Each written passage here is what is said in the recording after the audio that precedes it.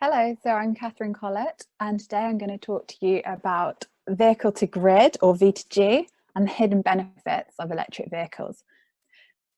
Vehicle to grid is when you use the car as an energy storage asset.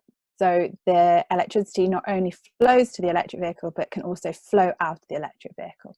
But first, let's talk a little bit about electric vehicles. In recent years, EVs have managed to penetrate the vehicle industry. In 2019, over 20 new electric vehicle car models were released, and many manufacturers have pledged to have electric versions of all of their vehicles available in the coming years. So with any industry that's growing this quickly, there come challenges. For EVs, along with sourcing enough batteries to meet the demand of electric vehicles, one of the major challenges is ensuring that there is sufficient electricity generation to meet the demand of charging electric vehicles. At the moment, if everybody charged their electric vehicles when they got home from work, this could lead to an increase of electricity demand of 50%. So how can we make sure that enough power on the lines at any time? The grid has to be balanced at every moment in time. So the power generated needs to equal the power demanded. That's why we've got to make sure that the scales are always balanced. Thus, we've got two options. Either we can increase the generation or decrease the demand at a given moment in time. For the first option, it's most likely that generation would have to be provided by dirty gas turbines.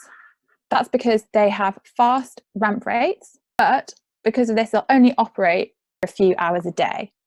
And also they hold the key to electricity provision.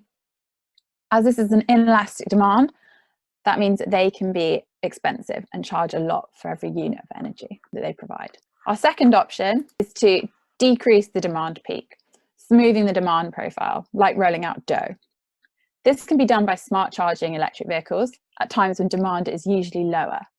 According to work by Constant Crozier, one of my colleagues, this could result in no increase in the demand peak. So the question is, why would you ever need to discharge your vehicle and use vehicle to grid? So far, we've been considering a traditional generation mix. But what happens when we move towards a more renewable-based generation system? The value of vehicle to grid becomes clear. With the 2050 net zero goal in the UK, installation of renewable generation is only going to increase. And this comes with its own challenges.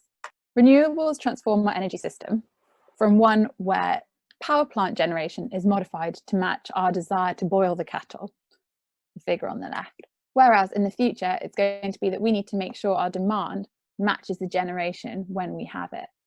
One way around this is through energy storage. Every electric vehicle contains a battery and can therefore be considered a free storage asset. The second benefit at the moment is that cars are parked 95% of the time, during which they could be plugged in to an electricity socket and used as an energy storage battery. So vehicles are capable of energy storage. The question is now, how do we incentivize this practice? We need markets. These markets will provide revenue streams for the electric vehicle owner or operator. They could be behind the meter, reducing the cost of electricity imports.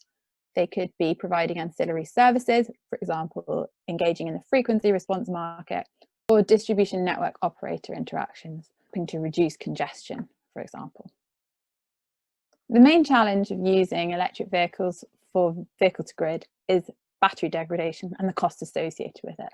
There are many factors which affect battery degradation: the age of the battery, the number of cycles it completes, whether the charging is done in a grazing fashion, just charging a little bit on each time, or whether the electric vehicle is feasting and charging back up to full each time, the state of charge, how full the battery is kept, and also the temperature of the battery.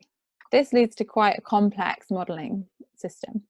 Because of this, it's important to see the big picture and consider the amount of energy transferred. Some services require less energy to be transferred and therefore could result in a lower cost of battery degradation. When one is thinking about which markets to interact with, optimization needs to account for the cost of battery degradation when it's deciding what strategy to take. It's a question of optimizing profits over the lifetime of the vehicle. Thank you very much for listening to my talk. I hope you found it interesting.